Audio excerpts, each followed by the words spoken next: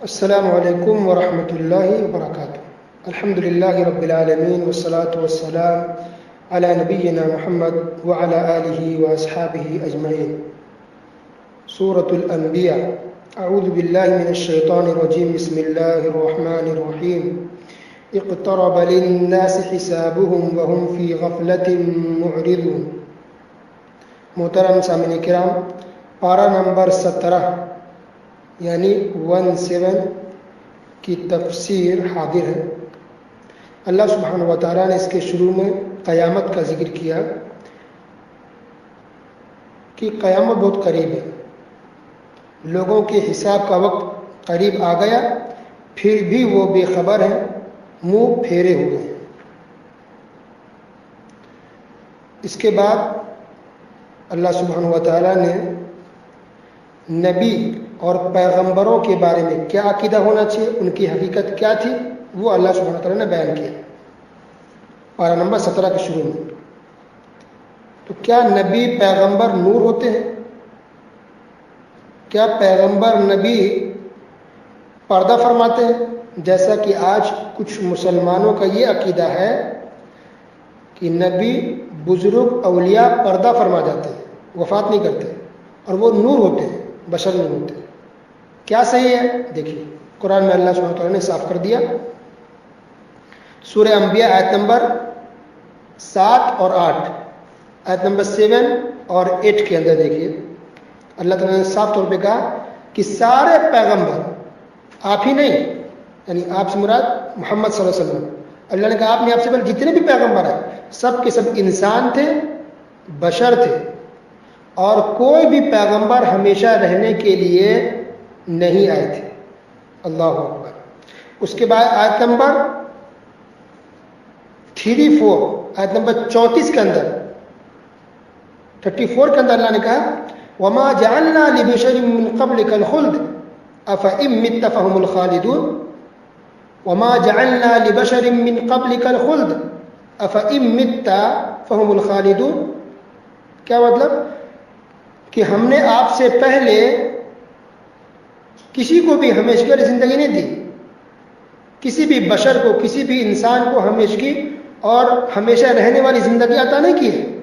افإن مت، اگر آپ وفات پا جائیں، یعنی اللہ سبحانہ و تعالیٰ نبی کو خطاب کر کے کہہ رہے ہیں، آخری پیغمبر محمد صلی اللہ علیہ وسلم کو، افإن مت، اگر آپ وفات پا جائیں، اگر آپ انتقال کر جائیں، فہم الخالدون، تو کیا یہ لوگ ہمیشہ ہمیشہ رہنے والے ہیں؟ اس کا پس منظر اصل میں یہ بیک گراؤنڈ کہ یہ کافر مشرکین نبی صلی اللہ علیہ وسلم کو تنگ کرتے، پریشان کرتے، اور پھر آخر وہ لوگ یہ بھی کہتے تھے کہ چلو یہ محمدی دین کی بات پھیلانا کب تک پھیلائیں گے، آخر ایک نہ ایک دن کو انتقال کرنا ہے، وفات پا جائیں گے۔ تب اس کے جواب میں اللہ نے کہا کہ ٹھیک ہے، نبی اگر وفات پا جائیں گے وہ تو ٹھیک ہے، وفات پائیں گے، انتقال کریں گے، لیکن کیا یہ کافر مشرکین، کیا تم لوگ زندہ رہو گے؟ تو مرنا تو سب کو ہے، وفات تو سب کو پانا ہے، سب کو انتقال کرنا ہے۔ زندہ رہنے والی ذات صرف ایک ہے، وہ اللہ سبحانہ و تعالیٰ کی بس۔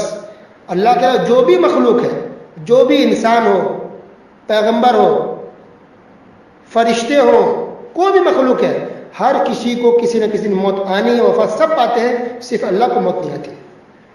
تو اللہ سبحانہ و تعالیٰ نبی کے بارے میں کہا فَإِن مِتَّ فَهُمُ الْخَالِدُونَ، اگر آپ وفات پائیں گے تو یہ لوگ بھی زندہ رہنے والے نہیں ہیں، وفات سب کو ہوتی ہے اور سب کو ہوگی اگر کوئی زندہ ہے تو نبی کریم صلی اللہ علیہ وسلم کی وفات ہو چکی ہے، اور لفظ افإن مت اللہ سبحانہ وتعالیٰ استعمال ہے۔ کچھ لوگ کہتے ہیں نا کہ نبی اگر وفات کہیں گے، انتقال کہیں گے تو نبی کی شان میں گستاخی ہو جائے گی۔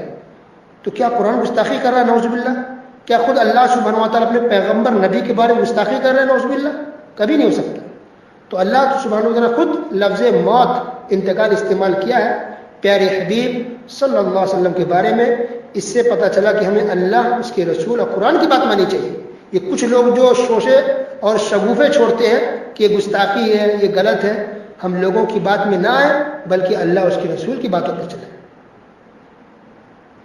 پھر اللہ تعالیٰ اس کے بعد فوراً بعد اللہ نے کہا آیت نمبر 35 میں دیکھیے کل نفس ذائقۃ الموت، ہر نفس کو موت کا مزہ چکھنا ہے۔ جو بھی ہے جس کے اندر جان اللہ نے ڈالی ہے اس کو موت آ کر کے رہے گی، وہ وفات پائیں گے۔ کسی کو اللہ نے ہمیشہ کی زندگی نہیں دی ہے۔ اور یہ ہمیشہ زندہ رہنے کی صفت یہ اللہ کی ہے. اس کے علاوہ جتنے بھی مخلوق ہیں سب کو وفات ہونا ہے, سب کو انتقال کرنا ہے. جو لوگ آئے انتقال کر گئے, وفات پا چکے ہیں. اور اس سے پہلے بھی پارہ نمبر 4 کے اندر, پارہ نمبر 4 کے اندر بیان کیا گیا تھا, اللہ سبحانہ تعالیٰ نے نبی کے بارے میں لفظ موت استعمال کیا ہے, اور دوسرے پیغمبروں کے بارے میں اللہ تعالیٰ نے لفظ موت کا, وفات کا استعمال کیا ہے. اور اس میں کوئی گستاخی کی بات نہیں ہے. اللہ سبحانہ و تعالیٰ کا نظام ہے, سسٹم ہے. اللہ نے بہت اونچا مقام, بہت اونچی شان اللہ نے عطا فرمائی ہے نبیوں کو. وہ ہمارے جھوٹے لفظوں کے یا جھوٹے عقیدوں کے وہ محتاج نہیں ہیں. اس کے بعد اور بھی بہت ساری باتیں اللہ سبحانہ و تعالیٰ نے بیان فرمائی. مثال کے طور پر آیت نمبر 16 کے اندر یہ کہا گیا, زمین, آسمان اور اس کے درمیان کی چیزوں کو یوں پیدا نہیں کیا گیا بلکہ سب کا ایک مقصد ہے. اور وہ کیا ہے؟ اللہ سبحانہ و تعالیٰ کی عبادت, اللہ کی اطاعت اور حکمت. ساری چیزیں حکمت پر مبنی ہیں. تو کوئی بھی چیزیں بیکار پیدا نہیں کی گئی. آسمان, زمین, یہ ندی, نالے, تالاب, سمندر, پہاڑ, پیڑ پودے, پرندے, یہ جانور, ہر چیز کو اللہ نے حکمت کے ساتھ اور ایک مقصد کے تحت پیدا کیا. کوئی بھی چیز بیکار نہیں. تو اس طرح کے الفاظ, اس طرح کی باتوں کو اللہ نے اور بھی کئی جگہ اللہ نے بیان فرمایا کہ بے مقصد بیکار پیدا نہیں کیے گئے بلکہ ہر چیز کا ایک مقصد ہے اور ایک فائدہ ہے. اس کے بعد اللہ سبحانہ و تعالیٰ نے کہا آیت نمبر 22 میں, لو کان فیہما آلہۃ الا اللہ لفسدتا فسبحان اللہ رب العرش عما یصفون, کہ اگر زمین آسمان میں اللہ کے سوا اور بھی معبود ہوتے تو یہ دونوں درہم برہم ہو جاتے. یعنی یہ توحید کی دعوت دی جا رہی ہے. گویا معبود صرف ایک ہی ہے, رب, خالق, اللہ, بھگوان, ایشور صرف ایک ہی ہے اور ایک ہی ہو سکتا ہے بس. تو اللہ نے دلیل دی ہے کہ جو لوگ کہتے ہیں کہ نہیں ایک سے زیادہ ہو سکتا ہے یا ایک سے زیادہ ہے, جیسے کہ آج بہت سے لوگ انسانوں میں سے جو شرک کر رہے ہیں اور کہتے ہیں بہت سارے بھگوان ہیں, یہ بھی بھگوان, یہ بھی بھگوان, یہ بھی بھگوان. تو اللہ نے کہا کہ اگر ایک سے زیادہ بھگوان, زیادہ اگر بھگوان ہوتا, ایشور اگر ہوتا, رب گاڈ اگر ہوتا, لفسدتا, تو زمین آسمان تو برباد ہو جاتے. کیا مطلب کہ یعنی اگر الگ الگ بھگوان کئی اگر ہوتے تو سب اپنی حکومت چلاتے, سب اپنی مرضی چلاتے. کوئی کہتا ہے کہ نہیں سورج آج نہیں نکلے گا, کوئی کہتا ہے نہیں نکلے گا, کوئی کہتا ہے سورج ابھی دکن سے نکلے گا, کوئی کہتا ہے پچھم سے, کوئی کبھی کہتا ہے کہ پورب سے نکلے گا. تو سورج کی نکالنے میں بھی اختلاف ہو جاتا ہے, بارش کے بارے میں اختلاف ہو جاتا ہے, انسانوں کو موت دینے, زندہ کرنے میں اختلاف ہو جاتا ہے, رزق دینے میں اختلاف ہو جاتا ہے. تو دیکھا ہے کہ کبھی بھی سورج نہ نکلا ہو, 2 دن تک نکلا ہی نہیں ہوا کبھی. جب سے دنیا قائم ہے ہمیشہ پابندی سے ہی نکل رہا ہے. چاند بھی ہے, ستارے بھی ہیں, بارش کا سسٹم ہے, انسانوں کا سسٹم ہے, یہ پہاڑ ہے, یہ سمندر ہے, یہ ساری چیز اپنے سسٹم سے چل رہی ہے بالکل, کبھی الٹا پلٹا نہیں ہو رہا. اس کا مطلب ہے کہ اللہ ایک ہی ہے. یہ دلیل اللہ نے خود دی کہ اللہ ایک ہے. اس بات کی دلیل کہ اللہ ایک ہے. تو ابھی آپ دیکھیں کسی ملک میں حکومت کسی 2 شخص کی ہوتی ہے, نہیں ہوتی ہے. اگر ہو تو اختلاف ہو جائے گا. اور جہاں بھی گھر میں اگر 2 حکومت بنتی ہے, 2 لوگ کی حکومت چلنے لگتی ہے, یا کسی ملک میں اگر 2 حکومت آتے ہیں یا 2 لوگ حاکم بن کے آتے ہیں, دیکھیں اختلاف کتنا ہوتا ہے. جنگ فساد برپا ہو جاتا ہے, ماحول خراب ہو جاتا ہے. وہ اپنی بات چاہتا ہے, وہ اپنی بات منوانا چاہتا ہے. تو جب ایک ملک میں 2 کی حکومت نہیں ہو سکتی, 2 پارٹی کی حکومت نہیں رہ سکتی, ایک ملک کا 2 بادشاہ نہیں رہ سکتا, ایک ملک کا 2 پرائم منسٹر نہیں رہ سکتا, کہ پوری دنیا, پورے سنسار, پوری کائنات کو چلانے والا 2 یا 2 سے زیادہ بھگوان اللہ رب کیسے ہو سکتا ہے؟ اللہ اللہ نے کہا اگر ہوتا زیادہ تو سب فساد برپا ہو جاتا, درہم برہم سب ہو جاتا. سب کچھ اپنے سسٹم سے چل رہا ہے. اس بات کی دلیل ہے کہ اللہ تعالیٰ ایک ہی ہے.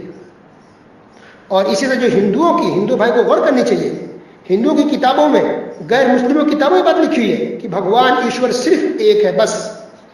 تو کاش کہ یہ لوگ اپنے مذہب کی کتاب اگر پڑھ لیں تو یہ لوگ انشاءاللہ مسلمان ہو جائیں گے, کیونکہ ان کی کتاب میں لکھا کہ بھگوان ایشور ایک ہی ہے. تو جب ایک ہے تو پھر انیک کی پوجا کیوں کر رہے ہیں؟ ہندو بھائی کو غور کرنی چاہیے کہ وہ خود کہتے ہیں کہ یہ رام ہے, یہ کرشن ہے, کہتے ہیں رام بھی بھگوان ہے, کرشن بھی بھگوان ہے, سیتا بھی دیوی بھگوان ہے وہ بھی, اور بھی بہت سے لوگوں کے بارے میں گنیش ہیں, کئی لوگ بارے میں لوگ بھگوان کہتے ہیں. تو ان کو غور کرنا چاہیے, خود ان کی کتابوں میں لکھا کہ بھگوان صرف ایک ہو سکتا ہے, ایک ہی ہے. تو پھر ان لوگوں کو کیوں بھگوان کہہ رہے ہیں؟ ایک بات. دوسری بات کہ جو بھگوان ہوتے ہیں، جو ایشور، جو اللہ، جو رب ہوگا، اس کا کوئی اولاد نہیں ہو سکتا، اس کی کوئی بیوی نہیں ہو سکتی. تو آپ کہتے ہیں کہ رام بھگوان ہے، تو پھر رام کہتے ہیں کہ بیوی سیتا بیوی تھی، تو پھر بھگوان کی بیوی کیسے ہو سکتی ہے؟ کسی بھگوان کا بچہ اور اولاد کیسے ہو سکتا ہے؟ تو یہ لوگ خالی غور بھی اگر کر لیں تو سمجھ جائے کہ لوگ غلط ہو رہا ہے. ہاں یہ رام ہے، یہ کرشن ہے، یہ لوگ اپنے دور کے بہت بڑے آدمی رہے ہوں گے، اچھے انسان، خدمت کی ہوگی لوگوں کی، خیال رکھا ہوگا، یہ ممکن ہے، پاسبل ہے. لیکن کوئی انسان اچھا ہو جائے، پاورفل ہو جائے، ہو سکتا ہے، پاسبل ہے، ٹھیک ہے، پر وہ بھگوان نہیں ہو سکتا، ایشور نہیں ہو سکتا، وہ رب نہیں ہو سکتا. رب کو کوئی اولاد نہیں ہوتا، اللہ کا، ایشور کا کوئی بیوی نہیں ہو سکتی، اس کا کوئی خاندان نہیں ہوتا، اس کے ماں باپ نہیں ہو سکتے. تو کاش کے لوگ غور کریں کہ جن لوگوں کو یہ بھگوان مان رہا ہے، پھر کیسے کہتے ہیں اس کی یہ بیوی ہے، اس کی اولاد ہے، اس کے ماں باپ ہے، اس کی بہن ہے، اس کا بھائی ہے؟ نہیں ہو سکتا. تو اللہ تعالیٰ نے اس بات کو بھی کئی جگہ قرآن نے کہا ہے کہ اللہ تعالیٰ کا کوئی اولاد نہیں ہے، اللہ کے کوئی بچے نہیں ہیں، اللہ کا کوئی ماں باپ نہیں ہے. اس بات کو بھی اللہ نے قرآن میں کئی جگہ واضح کیا ہے. رب وہ ہوتا ہے، معبود وہ ہوتا ہے جو اکیلا ہوتا ہے، تنہا ہوتا ہے، اس کی کوئی اولاد نہیں ہوتی، اس کے کوئی ماں باپ نہیں ہوتے.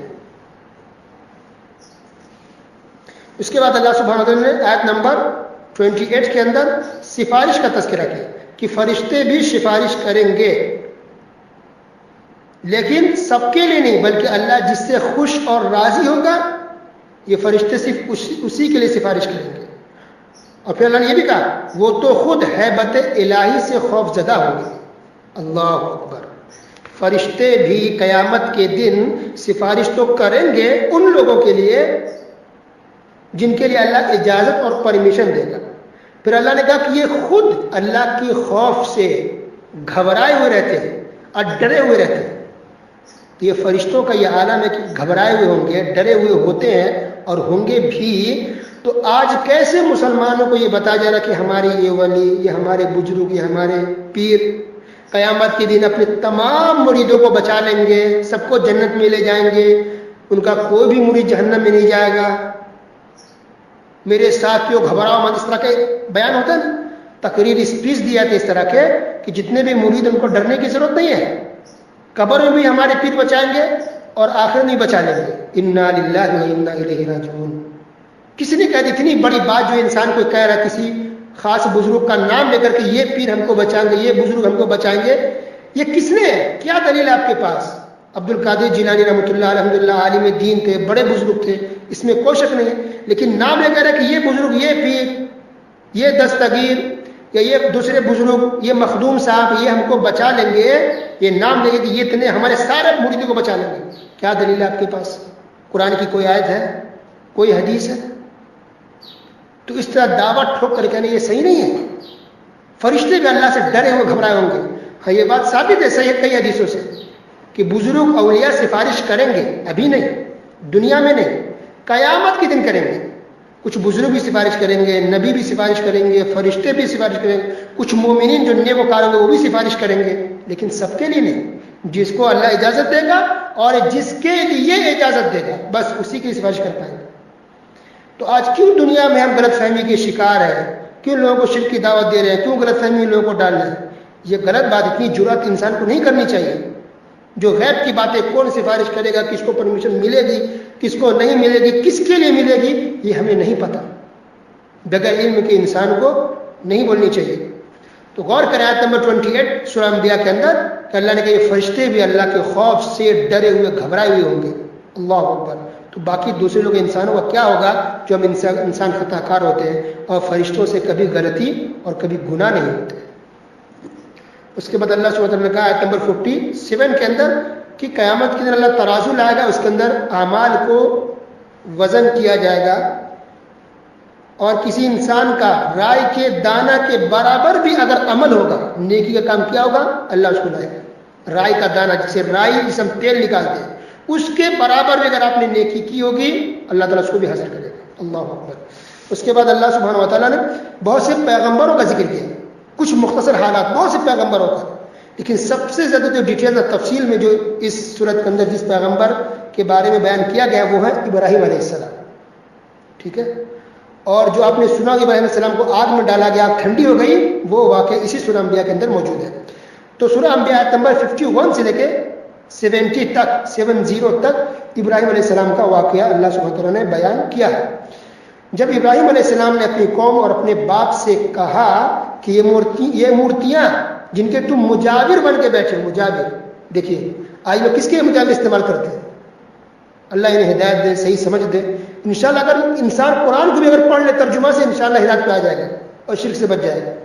تو ابراہیم علیہ السلام نے اپنی قوم سے کہا کہ جن مورتیوں کی تم مجاور بن کے بیٹھے ہو یہ کیا ہے؟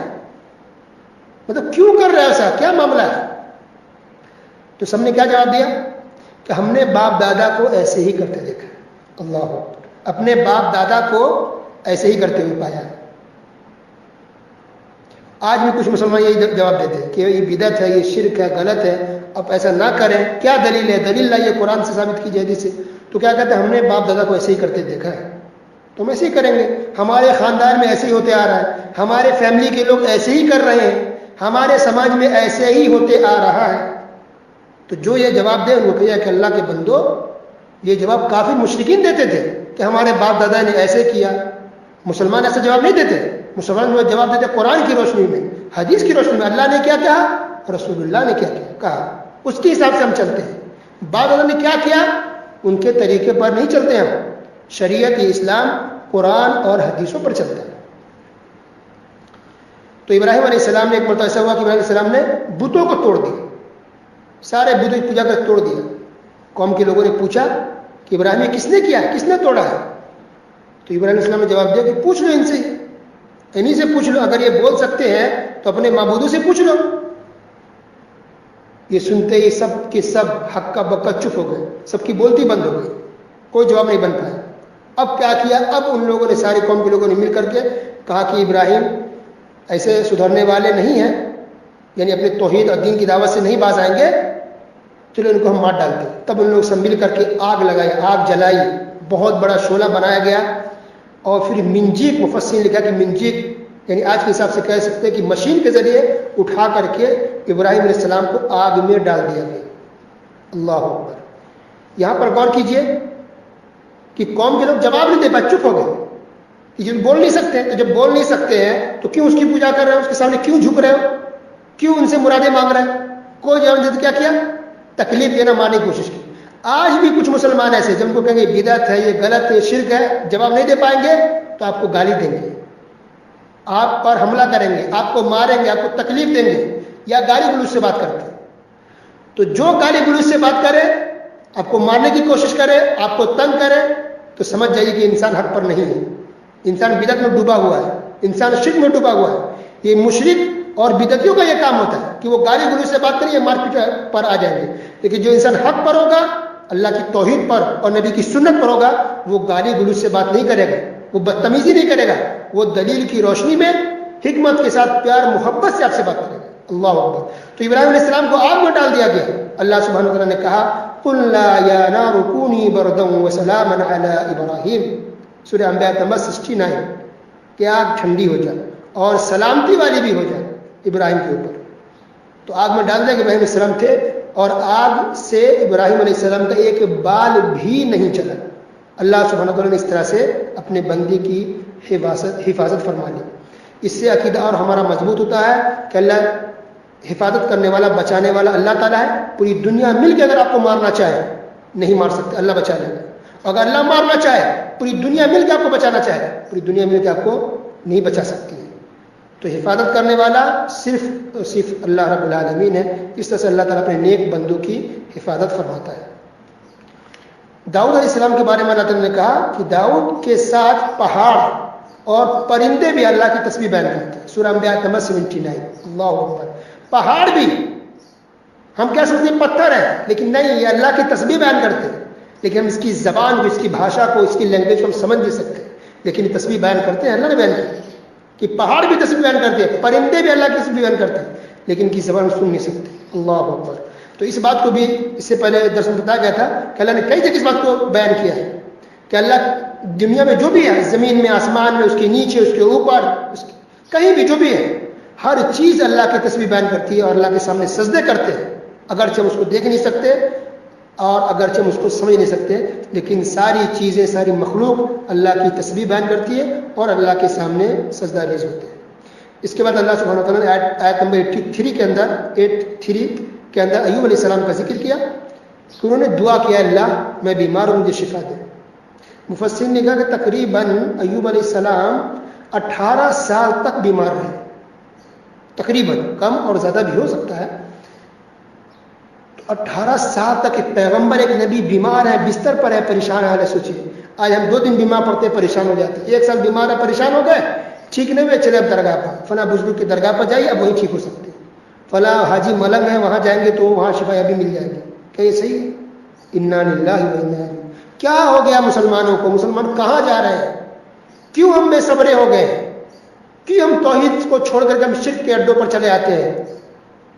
کیوں ہم شرک کرنے پڑتے ہیں؟ کیوں ہمارے اندر صبر نہیں ہے؟ ایوب علیہ السلام نبی پیغمبر ہو کے تقریباً 18 سال تک, 10 اور 8 18 سال تک انہوں نے صبر کیا, بیمار رہے, پریشان حال رہے, اور دعا کسی کے؟ اللہ تعالیٰ سے دعا کرتے رہے. تو اللہ نے یہاں ذکر کیا کہ ایوب علیہ السلام نے دعا کی تو ہم نے ان کی دعا کو قبول کی اور انہیں شفا یابی دے دی. تو ایوب علیہ السلام بالکل ٹھیک ہو گئے. اللہ اکبر. اس سے پتہ چل رہا کہ ایک نبی ہو کر بیمار ہے وہ اپنے آپ کو ٹھیک نہیں کر سکے. ایوب علیہ السلام نبی ہو کر کے 18 سال تک صبر کرتے رہے, تکلیف کو برداشت کرتے رہے, اپنے آپ کو شفا دے پائے؟ نہیں دے پائے. اللہ سے دعا کرتے, روتے, گڑ گڑاتے رہے. اللہ نے جب شفا دی تب ٹھیک ہوئے, ورنہ بیماری کی حالت میں رہے. جو انسان اپنے آپ کو ٹھیک نہیں کر سکتے وہ کسی اور کو کیسے ٹھیک کر سکتے؟ غور کیجئے, جو نبی اپنے آپ کو ٹھیک نہیں کر سکتے, نبی کے بعد آنے والے کوئی بزرگ, کوئی ولی, کوئی بھی ہو, کسی بھی ملک کے, کسی کی زمانے کے اگر بزرگ ولی ہو تو وہ کیسے کسی کی بیماری کو ٹھیک کر سکتے ہیں؟ آج بیمار آدمی کیسے کسی درگاہوں پر, مزاروں پر اپنے علاج کے لیے جاتے ہیں, اپنی پریشانی کو دور کرانے کے لیے جاتے ہیں, ان کے پاس کیسے جاتے ہیں؟ ایک پیغمبر ایوب علیہ السلام بستر پر روتے رہے, پریشان, اللہ سے دعا کرتے رہے, گڑگڑاتے رہے, صبر کرتے, اللہ نے شفا دی تو ٹھیک ہوئے, ورنہ تکلیف کی حالت میں رہے. ان کے بعد دوسرے بزرگ کیسے کسی کو شفا دے سکتے ہیں؟ غور کریں. کاش کہ مسلمان قرآن کو ترجمہ سے پڑھ لیں تو لوگوں کا عقیدہ ایسے ہی ٹھیک ہو جائے گا. یہ لوگ آپ کو گمراہ نہیں کر پائیں گے. یہ پیسے کما رہے ہیں, دھندا کر رہے ہیں, آپ کا ایمان بھی خرید رہے ہیں, آپ کے ایمان کا سودا کر رہے ہیں, آپ کا پیسہ بھی جا رہا ہے. اللہ کی توحید پر آئیے, اللہ کے سامنے روئیے, گڑگڑائیے. یہ بزرگ جو ولی بنے ہیں یہ اللہ کے سامنے زندگی بھر روتے رہے, اللہ سے ڈرتے اور خوف کھاتے رہے, تب اللہ نے ان کو بزرگ اور ولی بنایا ہے. اگر یہ بزرگ بھی اگر آج زندہ ہوتے تو سب سے پہلے ان لوگوں کو مار کے بھگاتے اور کبھی بھی اس سے راضی اور خوش نہیں ہوتے. لیکن یہ وفات پا چکے ہیں, وہ دنیا میں آ نہیں سکتے, وہ بول نہیں سکتے, ان لوگوں سے کہہ نہیں سکتے. اس لیے آج لوگ شرک کر رہے ہیں, شیطان کے طریقے پر چلے ہیں, اس کو شیطان نے بہکا دیا ہے. اللہ ان سب کو, تمام مسلمانوں کو ہدایت دے. اس کے بعد اللہ سبحانہ وتعالی نبی صلی اللہ علیہ وسلم کے بارے میں کہا وما ارسلناک الا رحمۃ للعالمین, سورہ انبیاء نمبر 107. نبی صلی اللہ علیہ وسلم کو دنیا والوں کے لیے, تمام جہان والوں کے لیے رحمت بنا کر بھیجا گیا ہے. یعنی اس سے پتہ چل رہا کہ نبی صلی اللہ علیہ وسلم صرف ہمارے نبی نہیں ہے بلکہ تمام انسانوں کے لیے, ہندو کے لیے بھی نبی آئے.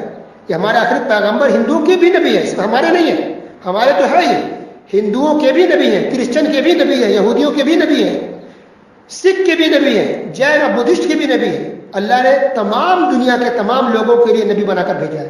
تو اسلام, یہ قرآن, یہ نبی تمام لوگوں کے لیے ہے. اس لیے ہم کو چاہیے کہ ہم تمام لوگوں کو دین کی, اسلام کی دعوت دیں. تو اس طرح سے سورہ انبیاء کی مختصر تفسیر ختم ہوئی. اس کے بعد ہے سورہ حج. حج جو کرتے ہیں لوگ, حج کے نام پر سورت کا نام ہی حج رکھ دیا گیا ہے.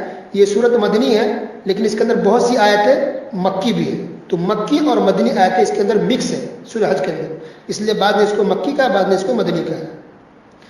بہرحال اس کے اندر بہت اہم باتیں اللہ نے بیان کی ہے. شروع میں قیامت کی ہولناکی کو اللہ نے قیامت کی ہولناکی کا اور منظر کا اللہ نے نقشہ کھینچا ہے اور بیان کیا ہے.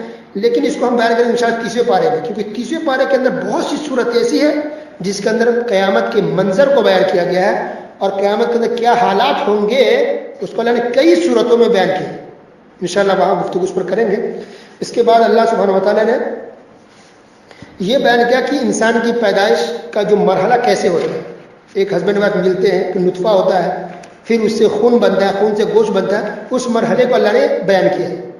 اچھا, اس بات کو اللہ نے پھر 18ویں پارے کے شروع میں بیان کیا. سورہ مومنون 18واں پارہ کے شروع میں اللہ نے اس بات کو بیان کیا ہے کہ کس طرح سے انسان کی تخلیق ہوتی ہے. کہ ایک معمولی قطرہ پانی ہوتا ہے, پھر اس سے انسان جم کر کے انسان کو اللہ تک اس پانی کو اللہ تعالیٰ خون کا لوتھڑا بناتا ہے, اور پھر کچھ دنوں کے بعد پھر وہ خون سے پھر گوشت کا لوتھڑا بن جاتا ہے، اور گوشت کا پھر اللہ تعالیٰ اس کے اندر ہڈیاں ڈالتا ہے، اور پھر اس طرح سے 4 مہینے کے بعد انسان پورا مکمل ہوتا ہے اور اللہ تعالیٰ روح ڈال دیتے ہیں۔ اللہ اکبر۔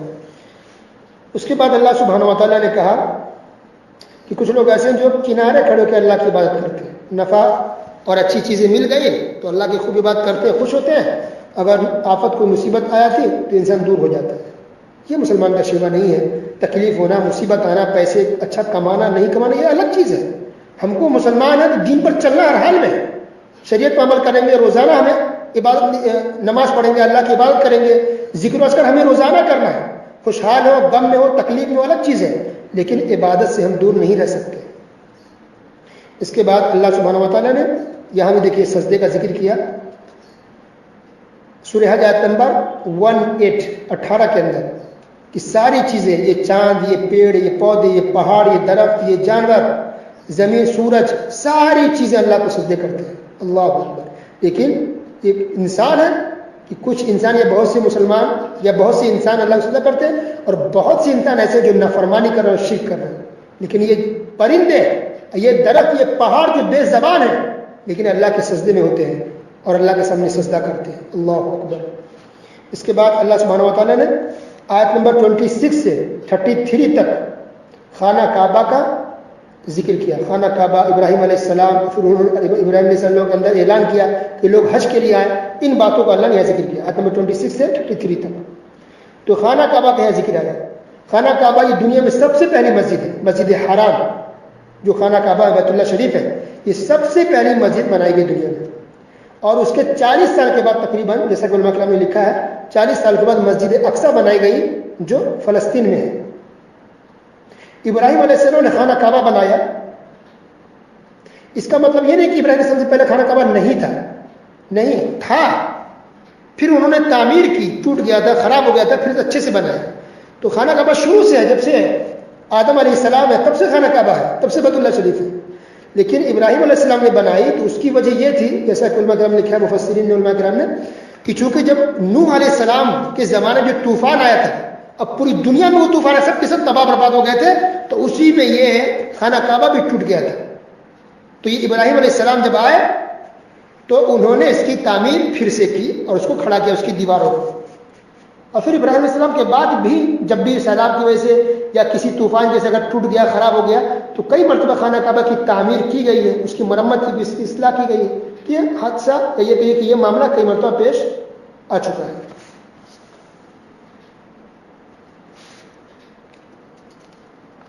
اس کے بعد اللہ سبحانہ وتعالیٰ آیت نمبر 34 سے 37 تک قربانی کا ذکر کیا۔ اللہ نے کہا قربانی ہر زمانے، ہر امت میں رہا ہے۔ قربانی جو ہم بقرعید میں، عید الاضحیٰ میں جو آنے والا ہے قربانی پیش کرتے ہیں، یہ پہلی امت میں بھی رہا ہے۔ اللہ نے اس کے اندر ذکر کیا جو قربانی کرتے ہو اس کا گوشت اور خون اللہ کو نہیں پہنچتا ہے، تمہارا تقویٰ پہنچتا ہے، اللہ کی رضا کے لیے کر رہے یہی اللہ کے یہاں پہنچے گا۔ اس کے بعد اس بات کا بیان ہے کہ نبی صلی اللہ علیہ وسلم کیوں آئے دنیا میں، کیوں آئے، کس لیے آئے؟ مقصد تھا اللہ کی توحید کو، اللہ کے پیغام کو لوگوں تک پہنچانا، لوگوں کو اللہ کے عذاب سے ڈرانا، اور جو اللہ کی بات مانیں گے اس کو خوشخبری دینا، یہ مقصد تھا۔ آیت نمبر 49 کے اندر یہ بیان کیا گیا۔ آج مسلمان کیا کہہ رہے ہیں کہ نبی صلی اللہ علیہ وسلم سب کچھ دینے والے، رزق دینے والے، اولاد دینے والے، ہماری پریشانی کو دور کرنے والے نبی صلی اللہ علیہ وسلم۔ استغفر اللہ، استغفر اللہ۔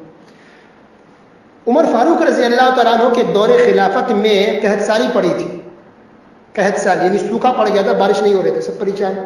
تو عمر فاروق رضی اللہ تعالیٰ عنہ کے صحابی بھی ہیں، خلیفہ بھی ہیں، امیر المومنین بھی ہیں، عباس رضی اللہ تعالیٰ عنہ کے پاس آیا، کہا کہ آپ اللہ سے دعا کر دیجیے کہ اللہ تعالیٰ بارش برسا دے۔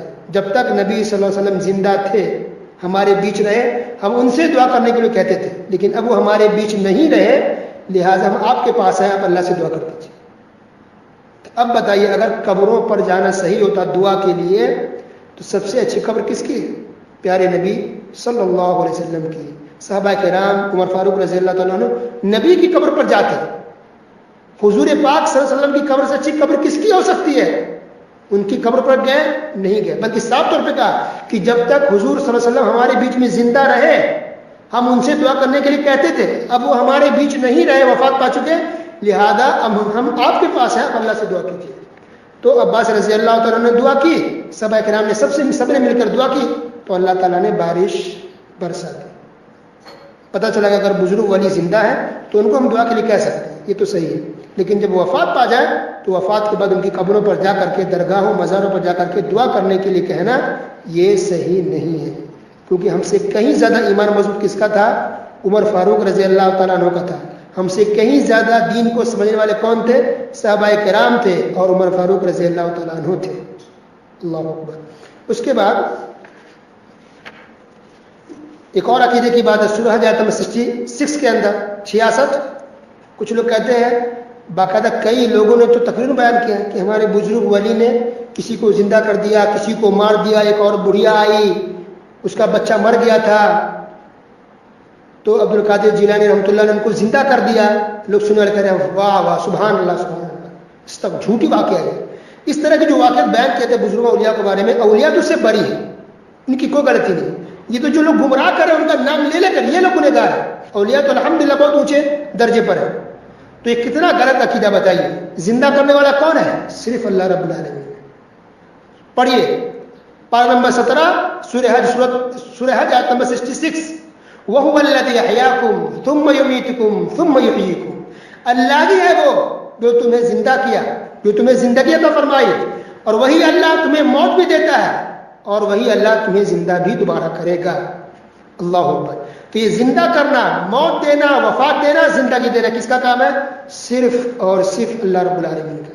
یہ عقیدہ اللہ نے بیان کیا ہے سورہ حج آیت نمبر 66. اور سب سے آخری بات آج کے درس میں، یہاں بھی توحید کی بات ہے. سورہ حج آیت نمبر 73 یا ایھا الناس ضرب مثل فاستمعوا له ان الذين تدعون من دون الله لن يخلقوا ذبابا ولو يجتمعوا له وان يسلبهم الذباب شيئا لا يستنقذوه منه ضعف الطالب والمطلوب.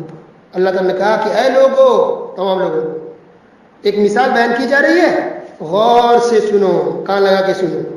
جو لوگ اللہ کے علاوہ دوسروں کو پکارتے ہیں وہ لوگ ایک مکھی بھی پیدا نہیں کر سکتے. اگرچہ سب کے سب مل جائیں، سب مل کر کے بھی ایک مکھی پیدا نہیں کر سکتے. بلکہ اگر مکھی کچھ لے بھی لے، لا یستنقذوہ منہ، تو مکھی سے وہ چیز چھین بھی نہیں سکتے. اللہ اکبر. یعنی دنیا کے تمام لوگ اس میں سب شامل ہے. یاد رکھیے، یہ صرف بتوں کے لیے نہیں کہا جا رہا ہے، مورتیوں کے لیے سب بھی نہیں کہا جا رہا ہے.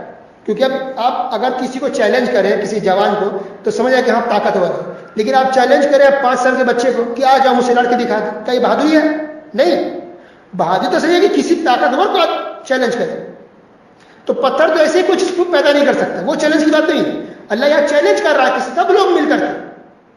مفسرین لکھا کہ سب لوگ شامل ہیں، چاہے بزرگ ہو، ولی ہو، اولیاء ہو، فرشتے ہو، انبیاء ہو، نبی ہو، پیغمبر، سب کے سب اگر مل کر کے مکھی پیدا کرنا چاہے نہیں کر سکتے. کیونکہ کچھ لوگ ایسے ہیں جو فرشتوں کی پوجا کرتے ہیں، کچھ لوگ ایسے ہیں جو پیغمبر کی پوجا کرتے ہیں. کرسچن عیسیٰ علیہ السلام کی بھی عبادت کرتے ہیں. عیسیٰ علیہ السلام کو سمجھتے ہیں کہ کچھ دے سکتے ہیں ہم کو. تو کیا عیسیٰ علیہ السلام پیدا کر سکتے ہیں مکھی؟ کبھی نہیں. اب کچھ لوگ اولیاؤں کی پوجا کرتے ہیں، اولیاؤں کے بارے میں عقیدہ رکھتے ہیں کہ وہ کچھ دے سکتے ہیں. تو اللہ نے سب کو چیلنج کیا، سب کو کہا یہ سب کے سب مل جائیں، ساری مخلوق بھی، تو ایک مکھی پیدا نہیں کر سکتے. پھر اللہ نے کہا کہ مکھی پیدا کرنا تو بہت دور کی بات ہے. اگر مکھی کوئی چیز لے لے، یعنی مکھی کوئی چیز کھا لیا، آپ سے کچھ لے لے، تو اللہ نے کہا کہ اس مکھی کے منہ سے بھی کوئی نکالنے کی طاقت نہیں رکھتا ہے. اب آپ تجربہ کر کے دیکھیے کہ مکھی آپ کی مٹھائی کھا لے، تو اب مکھی کے منہ سے اس مٹھائی کو نکال کے دکھا دیجیے. چلیے دکھا دیجیے. نکال سکتے ہیں مکھی کے منہ سے؟ نہیں نکال سکتے. اللہ نے کہا یہ بے بسی ہے انسانوں کی، یہ بس بے بسی ہے تمام مخلوق کی، کہ تم تو مکھی کے منہ سے بھی کھائی ہوئی چیز کو نہیں نکال سکتے ہو، تو کیسے غیر اللہ کو اور اللہ کے علاوہ کسی دوسرے کے سامنے ہاتھ پھیلاتے ہو، ان کی عبادت کرتے ہو یا ان سے دعائیں کرتے ہو؟ یہ تو بالکل غلط ہے. اللہ نے کہا ضعف الطالب والمطلوب، جو طلب کر رہا ہے ایسی باتیں وہ بھی کمزور ہے، جس سے طلب کیا جا رہا ہے، ڈیمانڈ کیا جا رہا ہے، وہ بھی بالکل کمزور ہے، کچھ بھی طاقت نہیں رکھتے. اللہ سبحانہ وتعالی ہم تمام مسلمانوں کی حفاظت کرے اور شرک سے توبہ کرنے کی توفیق دے، توحید پر لائے، قرآن اور حدیث پر عمل کرنے والے بنائے. آمین. تو اس طرح سے پارہ نمبر 17 کی تفسیر مکمل ہو گئی. الحمدللہ. والسلام علیکم ورحمۃ اللہ وبرکاتہ.